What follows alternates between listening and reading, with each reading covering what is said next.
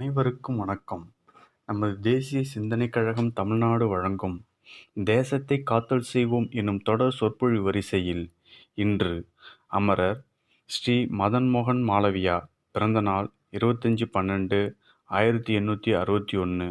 அவரை பற்றி சிற்றியாற்றுபவர் பத்திரிகையாளர் சென்னை ஸ்ரீ ரா. கிருஷ்ணமூர்த்தி அவர்கள். இன்று ஆசியாவிலேயே பெருமையுடன் முதன்மை பல்கலைக்கழகங்களில் ஒன்றாக விளங்கும் பனாரஸ் ஹிந்து பல்கலைக்கழகத்தை காசி மாநகரத்தில் நிறுவிய பெருமை பண்டிட் மதன் மோகன் மாளவியாவை சாரும். இத்தகைய பிரம்மாண்டமான பல்கலைக்கழகத்தை நிர்மாணிப்பதற்கான பொருளை பெற பல ஜமீன்தார்களையும் செல்வந்தர்களையும் நவாப்புகளையும் சென்று பார்த்தார் மதன் மோகன் மாளவியா அவர்கள். பொருளும் பெற்றார். காசியை அப்போது ஆண்டு கொண்டிருந்த ஹைதராபாத் நிஜாமின் அரண்மனைக்கு சென்றார் மாளவியா. தன் நோக்கத்தை சொல்லி பொருளுதவி செய்ய வேண்டினார். அவருக்கோ ஒரு ஹிந்து நிறுவனத்தை நிறுவ இவர் தன்னிடம் நிதி கேட்டது பிடிக்கவில்லை. அப்போது யாரும் எதிர்பாராத சம்பவம் ஒன்று நடைபெற்றுவிட்டது. நவாப் பொருள் தர முடியாது என்று சொல்லியதோடு தன் காலில் இருந்த காலணி ஒன்றை கழற்றி மதன் மோகன் மாளவியா மீது எறிந்தான். சபை ஸ்தம்பித்து நின்றது. அச்சத்தோடு பார்த்து கொண்டிருந்தது. மாளவியா அந்த காலணியை அமைதியாக கையில் எடுத்துக்கொண்டு மிக்க நன்றி மன்னர்பிரானே என கூறி அரண்மனை விட்டு வெளியே வந்துவிட்டார். வந்தவர் அரண்மனை வாசலில் ஒரு மேடையின் மீது ஏறி நின்று, பெரியோர்களே, தாய்மார்களே, காசி மாநகரத்து சீமான்களே, சீமாட்டிகளே, இதோ காசி மாநகரத்தின் நவாப் அணிந்த காலணி ஏலத்துக்கு விடப்போகிறேன். எடுப்பவர்கள் எடுக்கலாம் என சத்தமிட்டு கூவினார். காசி மாநகரத்து மக்கள் ஆச்சரியத்தோடு வந்து கால் பணம், அரை பணம், ஒரு பணம் என்று கூச்சலிட்டனர்.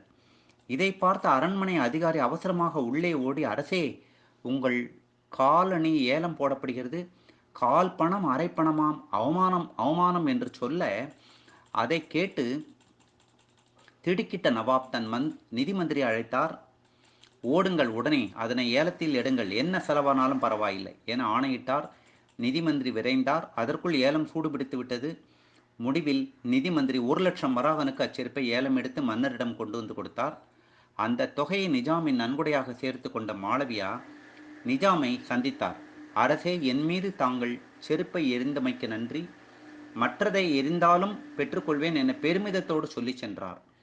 1916இல் இந்த பனாரஸ் இந்து பல்கலைக்கழகத்தை நிறுவினார்.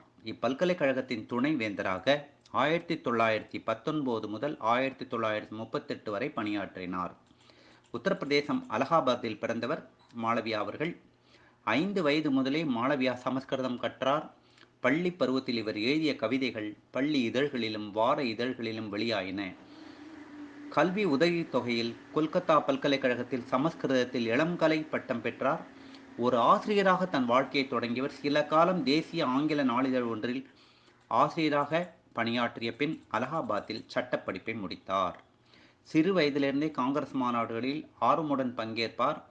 1886 முதல் 1936 வரை அநேகமாக அனைத்து காங்கிரஸ் ஆண்டு கூட்டங்களில் கலந்து கொண்டார்.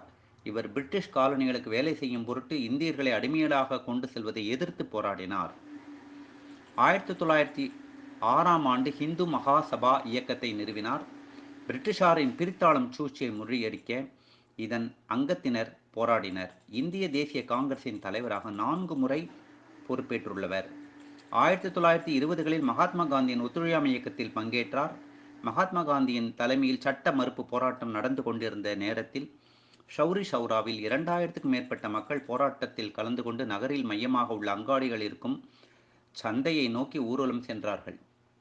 அவர்கள், ஆங்கில அரசே, இந்தியாவை விட்டு வெளியேறுங்கள், வந்தே மாதரம் போன்ற கோஷங்கள் எழுப்பிச் சென்றார்கள்.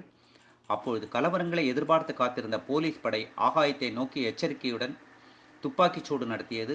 மேலும் போராட்ட ஊர்வலத்தில் இருந்த 3 பேரை மிக கொடூரமாக போலீஸ் தடியால் அடித்ததில் 3 உயிர் நீத்தனர். வெகுண்டெழுந்த போராட்டக்காரர்கள் மகாத்மா காந்தியின் அகிம்சை கொள்கைகளை மறந்து கையில் இருந்த தீப்பந்தங்களுடன் போலீஸ் படையை துரத்தி சென்று அவர்களில் 23 பேரை மாய்த்தது. மிகவும் துயரமான இச்சம்பவம் இந்திய விடுதலை போராட்ட வரலாற்றில் ஷௌரி ஷௌரா கலவரம் என்று வர்ணிக்கப்பட்டது. பிரிட்டிஷ் அரசு போராட்டக்காரர்களை 225 பேரை கைது செய்து அவர்களை தூக்கு தண்டனைக்கு பரிந்துரைத்தது. அப்பொழுது ஒரு தலைவர் தான் 1909 முதல் நிறுத்தி வைத்திருந்த வழக்கறிஞர் தொழிலை மீண்டும் கையில் எடுத்தார். தன் வாத திறமையால் 153 பேரை குற்றமற்றவர்களாக பிரிட்டிஷ் அரசிடம் நிரூபித்து அவர்கள் விடுதலை அடையச் செய்தார்.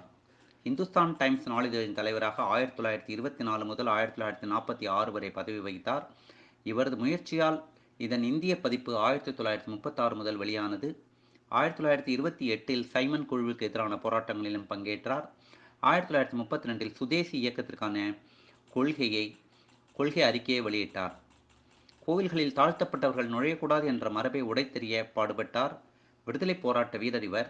சமூக நீதி போராளி, வழக்கறிஞர், கல்வியாளர், பத்திரிகையாளர் என்ற பன்முக பரிமாணம் கொண்ட பண்டிட் மதன் மோகன் மாளவியா 85ஆம் வயதில் காலமானார்.